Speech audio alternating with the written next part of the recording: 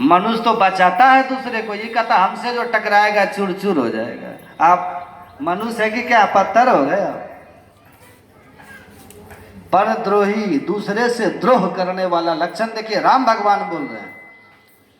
जो दूसरे से द्रोह करने वाला, खामखा बिना किसी मतलब के लड़ झगड़ गए, टकरा गए। क्यों टकराते हैं? बहुत टकराने का मन है, ध्यान में बैठिए ना, मन से टकराइए। मन ही तो सबसे बड़ा शत्रु है। अब मन से टकराते नहीं है, बेचारे गरीब गुरुआ कमजोर आदमी दिन दुखी से टकराते फिरते, ये कैसी बात है? पर भगवान कहते हैं जो दूसरे से द्रोह करने में लगा रहता, खामखा बिना मतलब का। अपरदार रत, जो दूसरों की माता बहन के प्रति बुरी भावना रखते हैं। परदार रत भावना कैसे रखने में? मातृवत्सल पर्दा से, माता के समान, बहन के समान। ऐसा नहीं है तो वो राक्षस है, वो राक्षस है। अपर धन, दूसरे के धन पर नजर रहता है। इसको इतना धन कैसे हो गया? आप उतना धन उसको हो गया तो इसमें कमी क्या? आप भी उतना धन कमाइए, लेकिन वो कमाएगा नहीं, उसका धन बर्बाद कैसे हो जाए वो प्रयास करेगा। ये राक्षस का गुण हुआ है। यदि किसी ने मेहनत की है, परिश्रम किया है, उनके पास धन हुआ है, उनका अपना परिश्रम का फल है। आप जल क्यों रहे हैं? ऐसा भाव क्यों है? आप कुटिल भाव, आपको ये जलनशील का भाव नहीं रहना चाहिए। अगर किसी ने मेहनत किया है और उनका अपना प्रारब्ध है, कोई दानी पुण्यात्मा होंगे, उनको धन हो गया है।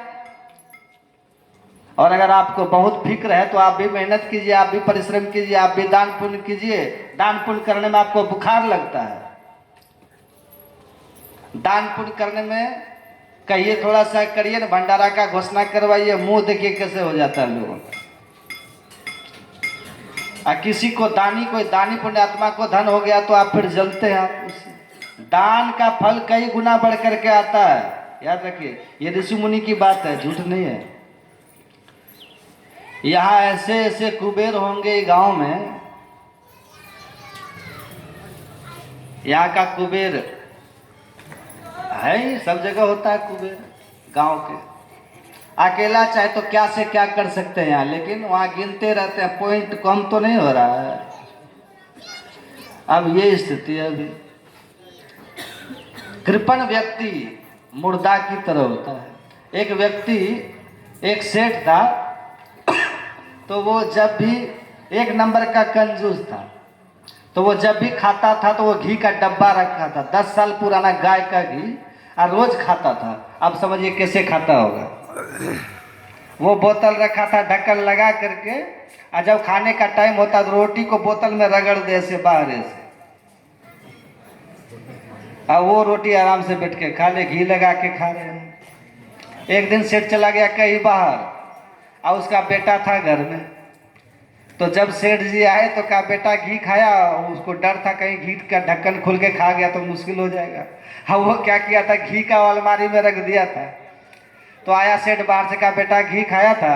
हाँ पापा, घी बिना घी के खा सकते हैं? कैसे खाया जी? कहा अलमारी पर रोटी को रगड़ दिए, अलमारी पर रोटी को रगड़ करके घी लगा दिया तब खा लिए। यह मुर्दा नहीं होता क्या हुआ? बोलिए।